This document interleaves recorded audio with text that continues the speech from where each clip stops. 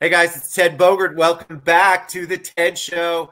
Again, you know how much we love the arts on the TED Show, and today we are honored to have Miah and Megan on the show to talk about Ophelia the Musical. It's at the Fringe Art Space. It's going on right now. We're going to talk about the immersive event that they have. In addition to that, all good things. Welcome, Miah. Welcome, Megan. How you all doing today? Grand. Grand. We're grand. You're grand. Of course, you're grand. We were honored to have Laura on the show and Mallory on the show earlier this week, or that might have even been yesterday. And they were fantastic. Laura sang a little piece from Ophelia the Musical for us. And so I'm just excited for the play. We were talking, it's the musical. We were talking a lot about it. But you guys come from a different perspective. So before we went live, I said we're going to share a little bit of 411 on you. And of course, we'll start with ladies first. Megan, tell us a little bit about you and your involvement and your background. Yeah, so I'm a performer local to Orlando. I'm also in the show in addition to like the million of other things. But as a nonprofit theater company, Phoenix Tears has people doing a million things and wearing a million hats. So I'm also the artistic director of the company.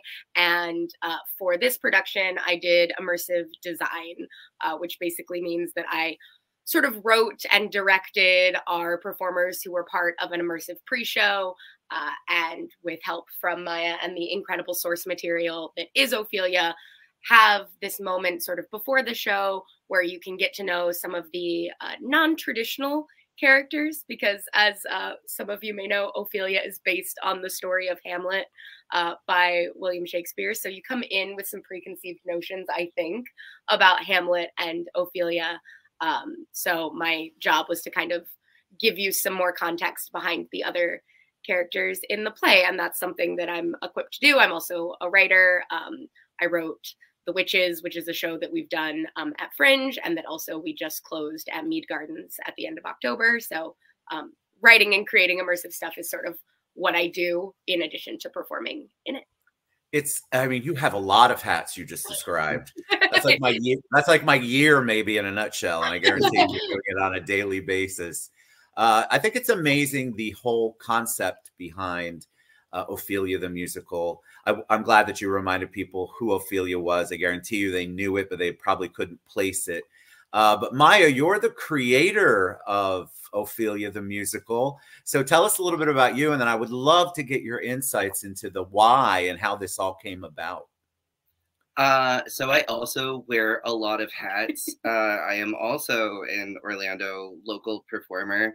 I also wrote this show and came up with a concept for it, as well as also being a swing for this show somehow. So yeah, I've known Phoenix Tears for a while. I've been in a lot of their stuff in the past. But they have been wanting to produce this show for a while. I brought it up at a 10-Minute Tuesdays way back in the day when they used to still do them.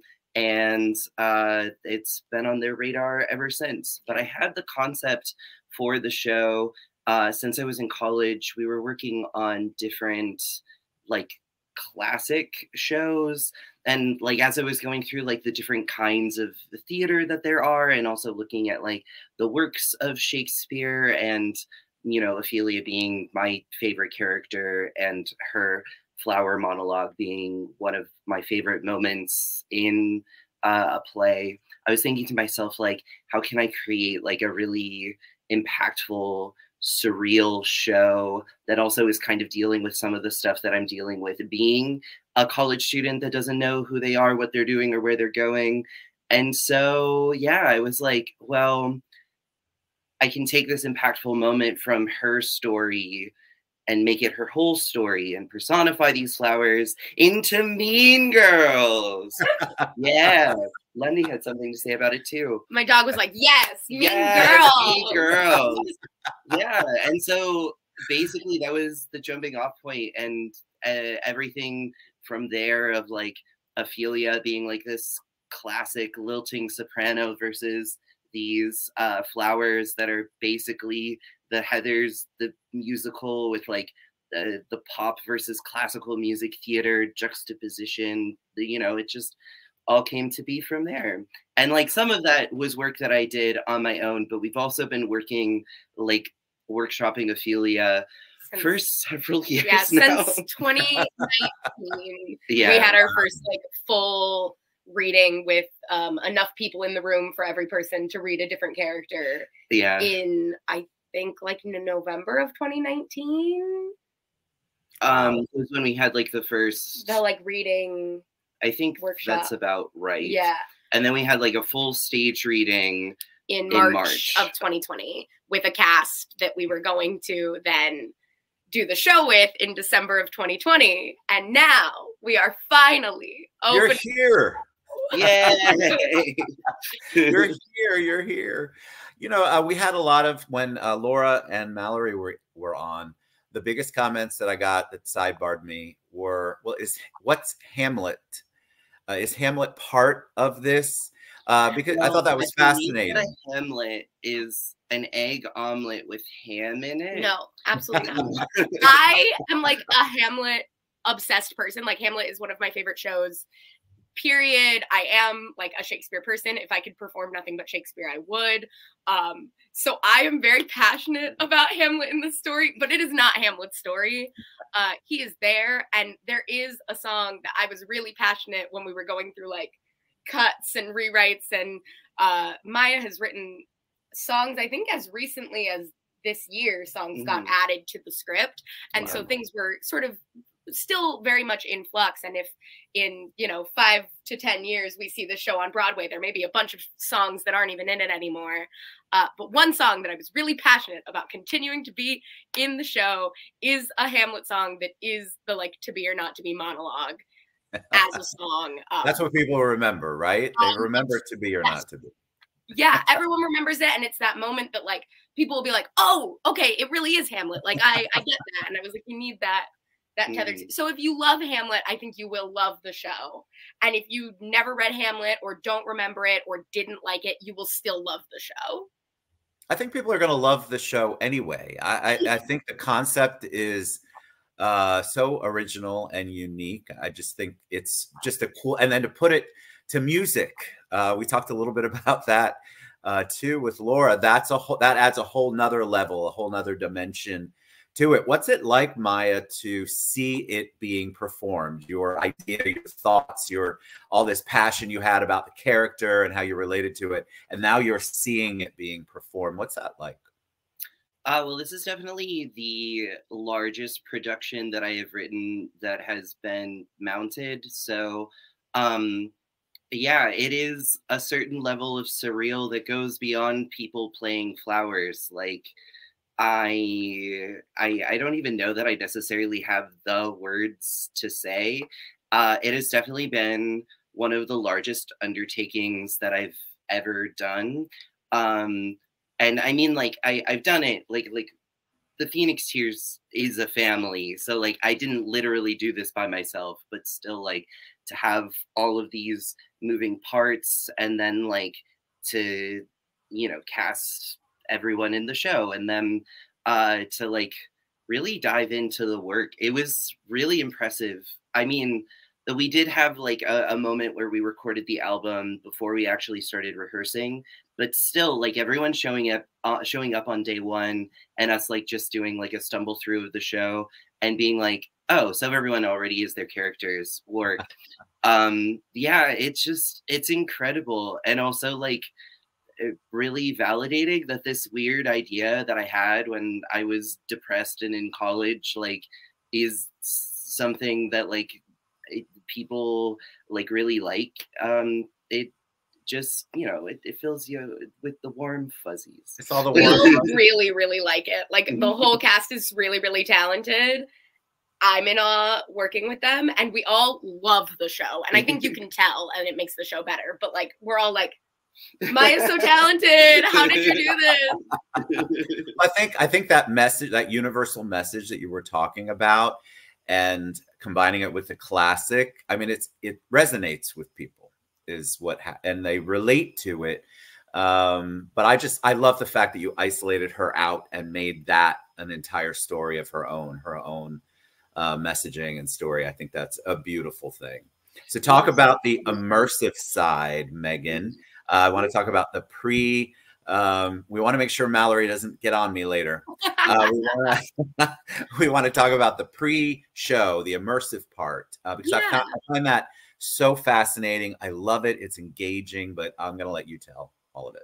Yeah, so as I was saying earlier, you know, we know who Ophelia is, we know who Hamlet is. We also have Dad and Bro, who are Polonius and Laertes in the original show. So those four characters, if you know Hamlet, you already sort of know them. But these flowers are in the original text. They're there in that monologue. They are the 7 flowers that are named by Ophelia in the original text. But Miah has made them into whole beings, and really, I think, well-rounded characters, despite the fact that they all sort of have a stereotype of personhood, especially like womanhood or queer personhood attached to them. So I play Daisy, who is a drunk, but she's not like comedic relief. I'm just drunk and that's what's funny.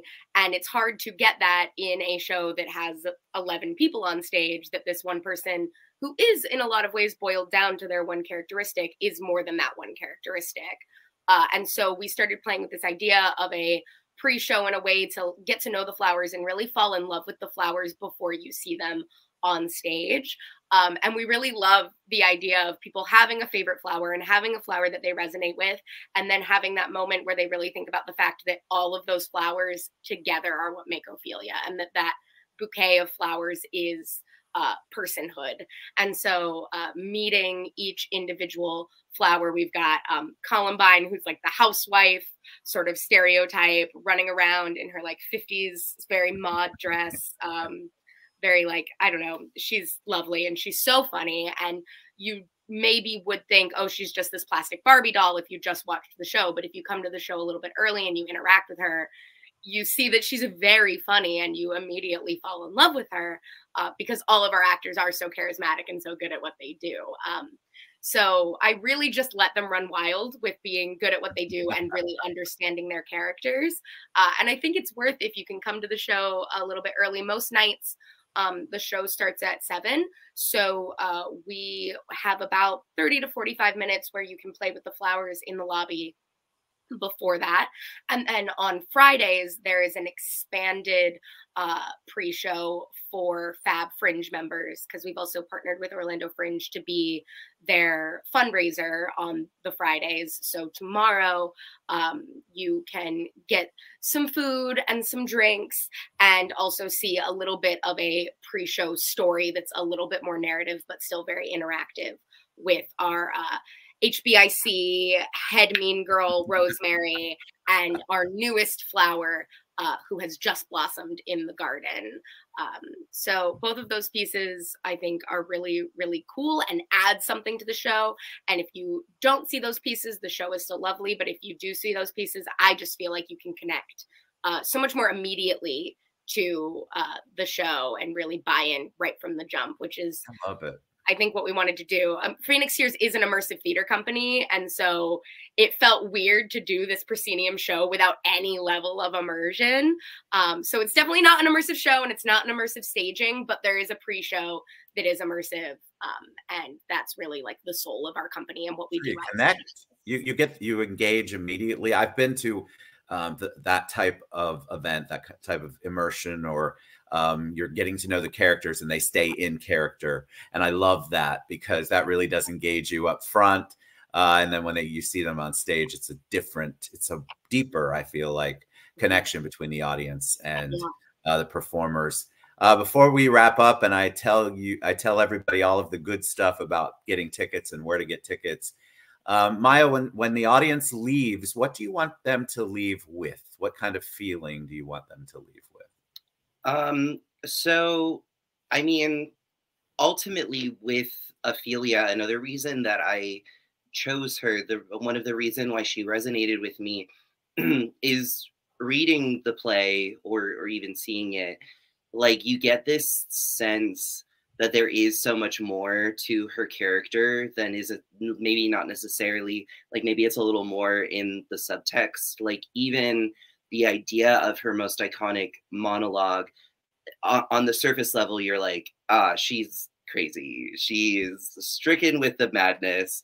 But it's also so smart and so poignant when you look into the symbolism and who she specifically gives the flowers to in the original play. It gives so much more of a sense that not only is she very smart and very clever and very aware, she might even be more aware than everybody else she is in the room with. And so that's kind of one of the thoughts that I want people to have, is like people having a little more respect for this character who maybe doesn't necessarily fit the mold of like a woman that like people expect in like the modern age, but also in general, just like a little more respect for womanhood in all of its different facets.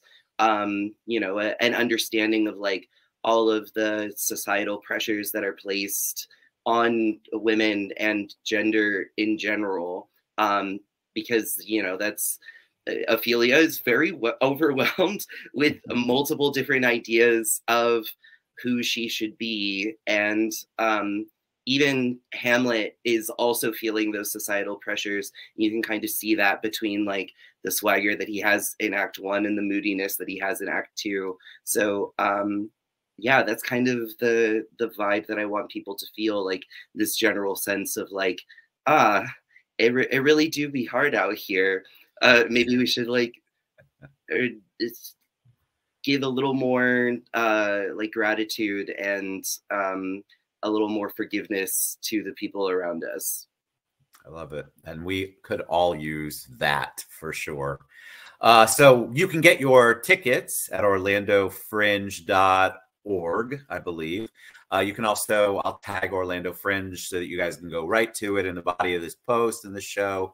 But I want you all to get out. We talk about the arts all the time. You're always asking me, Ted, what kind of stuff should I go to? This is a show that I want you to go out and get there and support the arts. They pour their hearts and souls into everything that they do, our artists. And so I want you all to get out. It's Ophelia the Musical at the Fringe Art Space, which is downtown. You guys, it's a beautiful space, by the way, if you haven't been. And it is a fantastic concept for a show. And I'm just so excited to have you all on here. All right. It's Ophelia the Musical. Thank you guys for being on here. I appreciate you sharing. Thank you, Mallory and Laura and everybody else involved. And of course, a big shout out to Desiree for making this happen. All right. We'll see you guys soon. Go to Orlando